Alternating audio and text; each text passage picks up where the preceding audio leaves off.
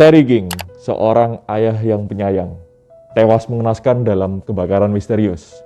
Tak hanya itu, kedua putranya, Derek dan Alex, menghilang tanpa jejak. Apakah mereka diculik? Apakah mereka aman? Atau mungkin mereka menjadi korban? You have to watch it now at Now Media.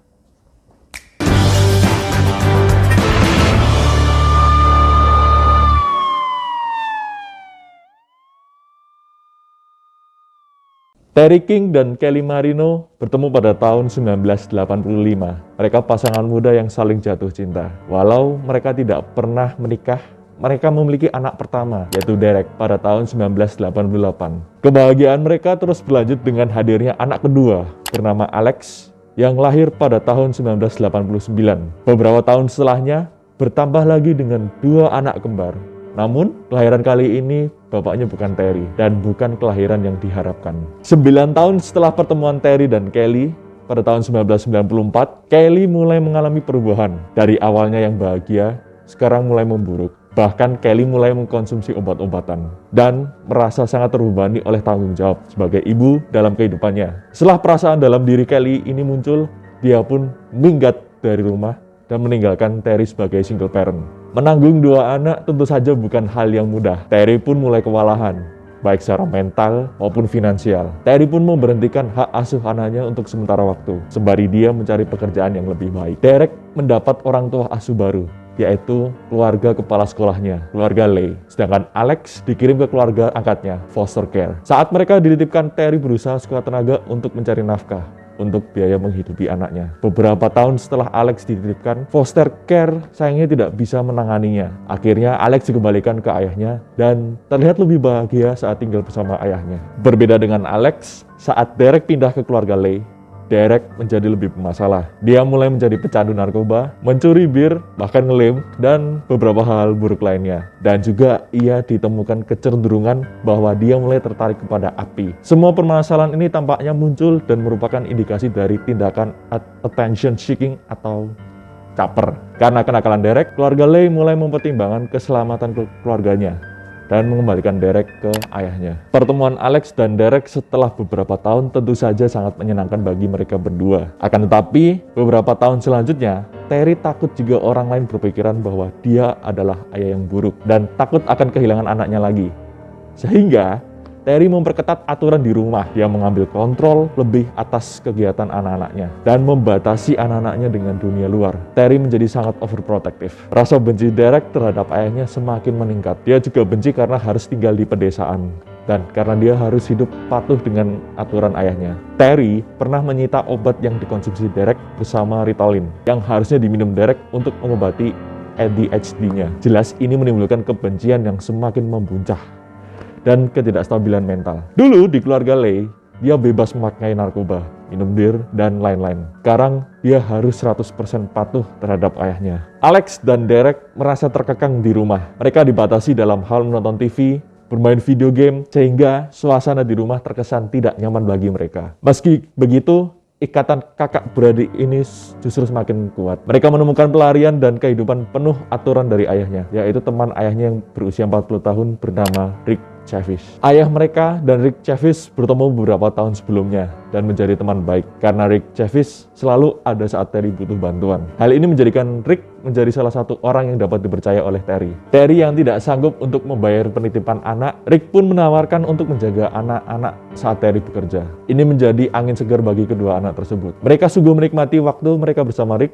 Alex dan Derek bebas menonton TV dan bermain video game, dan Rick juga membebaskan anak-anak tersebut melakukan apapun yang mereka inginkan. Beberapa saat berlalu, Terry mulai merasakan perbedaan dari anaknya. Alex menjadi lebih tertutup dan bahkan Alex mulai memanggil Terry dengan namanya, bukan dengan panggilan ayah, yang lebih tidak sopan dan mulai suka membantah ayahnya. Terry menyalahkan perubahan yang terjadi pada anaknya ini atas waktu mereka bersama Rick. Terry lalu mulai membatasi kembali waktu anaknya dengan Rick. Hal ini juga berhubungan dengan ketakutan Terry akan kehilangan anaknya lagi. Saat Terry memberitahu anaknya bahwa mereka tidak boleh bermain kembali bersama Rick, mereka sedih, marah, karena Terry telah mencabut rasa kebebasan yang dimiliki anak-anak tersebut. Saat Terry pulang ke rumah, dia tidak menemukan Alex dan Derek di rumah. Beberapa baju dan juga tas hilang dari rumah. Terry percaya bahwa mereka telah kabur dari rumah dengan tujuan rumah Rick. Terry pun bergegas ke rumah Rick dan Rick membantah anak Terry tidak ada di rumahnya. Dan bahkan Rick menyatakan bahwa dia tidak tahu kemana anak-anaknya itu pergi. Ketakutan akan kehilangan anaknya membuat Terry saat itu juga segera menyebar selebaran anak hilang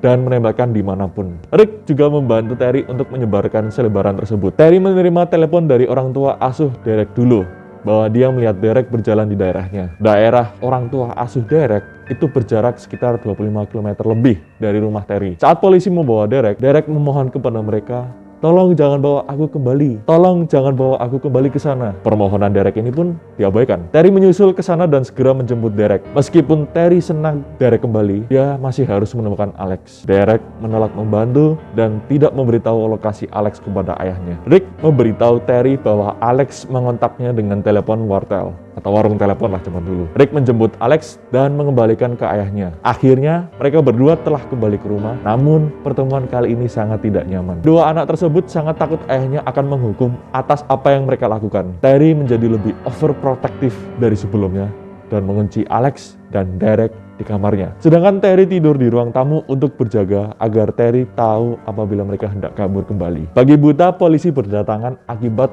adanya laporan kebakaran besar di Jalan Muskogee. Tak lain adalah rumah Terry King. Setelah berhasil memadamkan api, polisi menemukan sesuatu yang mengerikan, yaitu badan Terry King di sofa ruang tamu. Saat pertama kali terlihat hanya seperti mati karena terbakar api. Namun, setelah ditelusuri lebih lanjut, ternyata ada indikasi bahwa Terry dipukul kepalanya hingga mati karena ada banyak cipratan darah di sekitarnya. Masalah kedua adalah bahwa anak-anak King hilang. Apakah mereka telah diculik dan apakah mereka aman? Detektif segera mulai menyisir lingkungan sekitar dan para tetangga tidak tahu banyak tentang keluarga King. Namun keluarga Terry memberikan nama yang bisa membantu dalam penyelidikan, yaitu Rick Chavis. Semakin mereka menyelidiki Ricky dan latar belakangnya, semakin yakin bagi polisi untuk berbicara dengannya dan melihat apakah dia memiliki informasi tentang pembunuhan dan keberadaan Derek dan Alex. Semakin mereka menyelidiki Ricky dan latar belakangnya, semakin yakin bagi polisi untuk berbicara dengannya dan melihat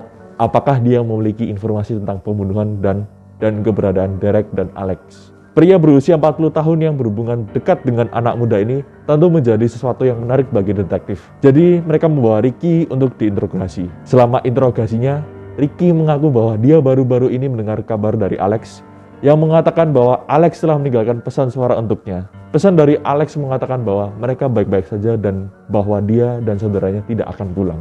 Ketika polisi mengunjungi kediaman Rick, mereka menemukan hal yang aneh dan sangat mencurigakan. Rumahnya dikelilingi oleh pagar tinggi lengkap dengan tanda larangan masuk, serta dilengkapi dengan kamera CCTV yang ada di mana-mana. Yang lebih aneh lagi adalah perilaku Rick saat mereka berada di sana, karena dia terlihat gugup saat mereka berada di kediamannya. Pada titik ini, mereka mulai curiga bahwa mungkin ada lebih banyak hal dalam hubungan Rick dengan anak-anak tersebut daripada yang awalnya dia ungkapkan. Karena sebenarnya dia memiliki banyak hal yang disembunyikan. Keesokan harinya, pada tanggal 27 November, Rick menelepon kantor sheriff untuk mengatakan bahwa dia telah menemukan Alex dan Derek, dan dia akan membawa mereka ke sana. Ketika mereka tiba di kantor polisi, mereka segera menanyai anak-anak itu tentang apa yang terjadi pada malam 25 November. Polisi menanyai Derek terlebih dahulu dan dia menjelaskan bahwa malam itu Alex dan Derek ketakutan bahwa ayah mereka akan menghukum mereka karena kabur dan mungkin menjadi kasar terhadap mereka.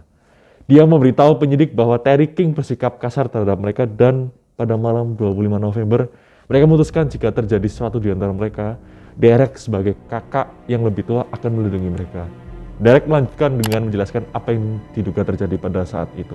Dia mengatakan bahwa ayahnya yang semakin menjadi agresif selama menginterogasi tentang di mana mereka berada dan dengan siapa mereka selama seminggu terakhir. Derek mengatakan bahwa Terry kemudian meraih lengan Alex, frustasi karena tidak mendapatkan jawaban yang diinginkannya, dan melemparkannya ke atas meja kopi. Derek melanjutkan dengan mengatakan bahwa pada saat itu kedua saudara tersebut saling memandang dan memutuskan bahwa mereka akan membunuh ayah mereka. Mereka mulai mencari senjata yang cocok untuk membunuh dan akhirnya mereka menemukan tongkat baseball yang terbuat dari aluminium. Malam itu mereka menyelinap ke ruang tamu tempat ayah mereka tidur di sofa. Anak-anak itu mendekatinya dengan hati-hati agar tidak membangunkannya dan Derek mulai memukul kepala ayahnya dengan tongkat tersebut. Dia mengatakan bahwa dia mendengar ayahnya mengerang tetapi dia terus memukulnya karena dia takut ayahnya akan bangun depan dan melihat mereka. Derek melanjutkan dengan menjelaskan bahwa setelah ayahnya terbunuh, dia mencoba menghilangkan jejak dan menyembunyikan bukti. Dia berlari ke kamar tidur ayahnya dan meletakkan tongkat baseball di tempat tidurnya.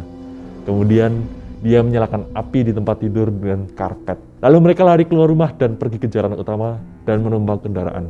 Kemudian mereka menghabiskan 2 malam berikutnya di hutan. Mereka mengatakan bahwa 2 malam di hutan membuat mereka tidak betah, hingga mereka memutuskan untuk menelepon Rick. Mereka memberikan pesan spesifik kepada Rick tentang di mana titik jemput mereka, dan menenangkan mereka sebelum membawa mereka langsung ke kantor polisi. Penyidik kemudian menanyai Alex dan mereka ingin melihat apakah dia akan memberikan cerita yang mirip dengan apa yang baru saja diceritakan oleh Derek. Alex akhirnya memberikan pernyataan yang mirip dengan Derek dan sangat lugas. Satu-satunya perbedaan adalah bahwa Alex mengakui bahwa ide untuk membunuh ayah mereka adalah idenya Derek yang secara fisik melakukannya, tetapi Alex yang menyuruh Derek melakukannya. Meskipun kedua anak tersebut mengaku melakukan kejahatan pembunuhan dan pembakaran, detektif merasa ada lebih banyak faktor sembunyi di balik ini. Ada banyak aspek dari cerita anak-anak yang tidak dipercaya oleh polisi. Bagaimana 2 anak semuda mereka melakukan ini? Bagaimana mereka menumpang kendaraan pada pukul 1 pagi? Bagaimana mereka bertahan di hutan selama 2 hari? Selama penyelidikan berlangsung, satu nama terus muncul kembali.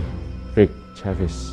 Polisi tahu dia pasti tahu lebih banyak daripada yang awalnya dia ceritakan kepada penegak hukum. Apa yang dilakukan seorang pria berusia 40 tahun yang begitu dekat dengan 2 anak kecil, dan mengapa dia begitu terlibat dalam masalah keluarga ini yang jelas-jelas hubungan antara seorang ayah dan 2 anaknya. Terutama setelah mengetahui bahwa dia adalah seorang pedofil yang telah dihukum. Setelah mewawancarai Rick lebih dari 9 kali, mereka menemukan apa yang sebenarnya terjadi. He said Derek took the hits, but I gave him the idea. Alex says, come get us, quick. Rick Chavez, a family friend, says the boys hid out at his home after the murder. The reason why I wanted to wait was so that at least they would be calmed down enough to talk to investigators. But police don't think his participation stopped there. Chavez, too, has been charged with first-degree murder. Mr. Chavez, do you have any questions about what we're doing here? Rick mengatakan bahwa Alex telah meneleponnya pada malam pembunuhan dengan suara lirih dan panik.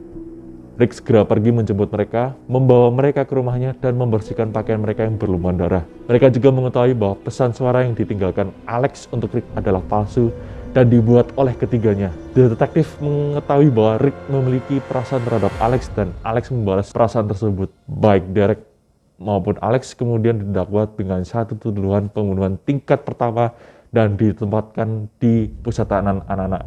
Karena hukum di Florida memungkinkan anak-anak didakwa sebagai orang dewasa.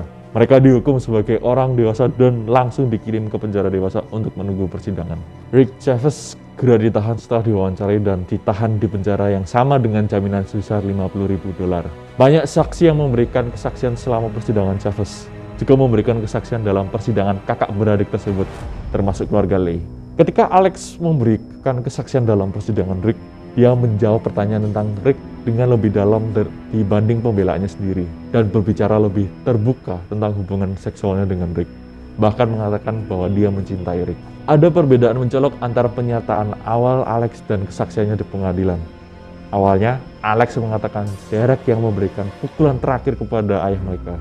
Namun di persidangan ia menyatakan bahwa Rick yang membunuh ayah mereka. Jadi kronologi ceritanya sebagai berikut. Rick mengajak Alex dan Derek pergi dengan mobil. Kemudian Rick kembali ke rumah dan membunuh ayah mereka. Lalu Rick meyakinkan Alex dan Derek untuk mengaku sebagai pembunuh dengan dalih mereka akan bebas karena pembelaan diri, atau yang kita kenal dengan being juvenilis. Saat ditanya mengapa ceritanya berubah, Alex mengatakan bahwa ia dan Derek berlatih cerita yang akan mereka sampaikan di pengadilan. Tujuannya adalah untuk memastikan Rick tidak terlibat masalah. Di pengadilan, Alex pertama kali mengaku membunuh untuk melindungi mereka. Kemudian, ia menjelaskan bahwa Rick menjanjikan mereka bebas karena pembelaan diri karena masih di bawah umur. Setelah di penjara, Alex menyadari bahwa ia tidak ingin menghabiskan sisa hidupnya di balik jeruji besi. Akhirnya juri memutuskan kedua bersaudara tersebut bersalah atas pembunuhan tingkat 2 dengan senjata dan pembakaran. Dan hukuman yang dihadapi mereka adalah 22 tahun penjara seumur hidup untuk pembunuhan dan 30 tahun untuk pembakaran. Rick diadili secara terpisah karena kurangnya bukti dan bukti fisik yang saling bertentangan. Rick dinyatakan tidak bersalah atas pembunuhan.